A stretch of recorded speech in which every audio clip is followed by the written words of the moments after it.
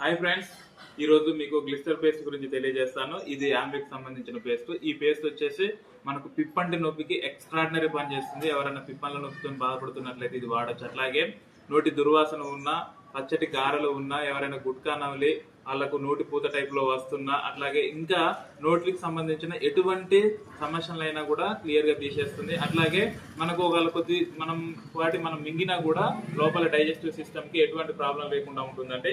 అట్లాగే పిల్లలకు వచ్చేసి పిల్లల పేస్ట్ కూడా ఉంటుంది. ఇప్పుడు ఆల్రెడీ మా బాబు బ్రష్ చేస్తున్నాడు. ఇగో ఇలా ఉంటుంది. ఇది స్ట్రాబెర్రీ ఫ్లేవర్ ఉంటుంది, చూడండి. ఇది స్ట్రాబెర్రీ ఫ్లేవర్ ఉంటుంది.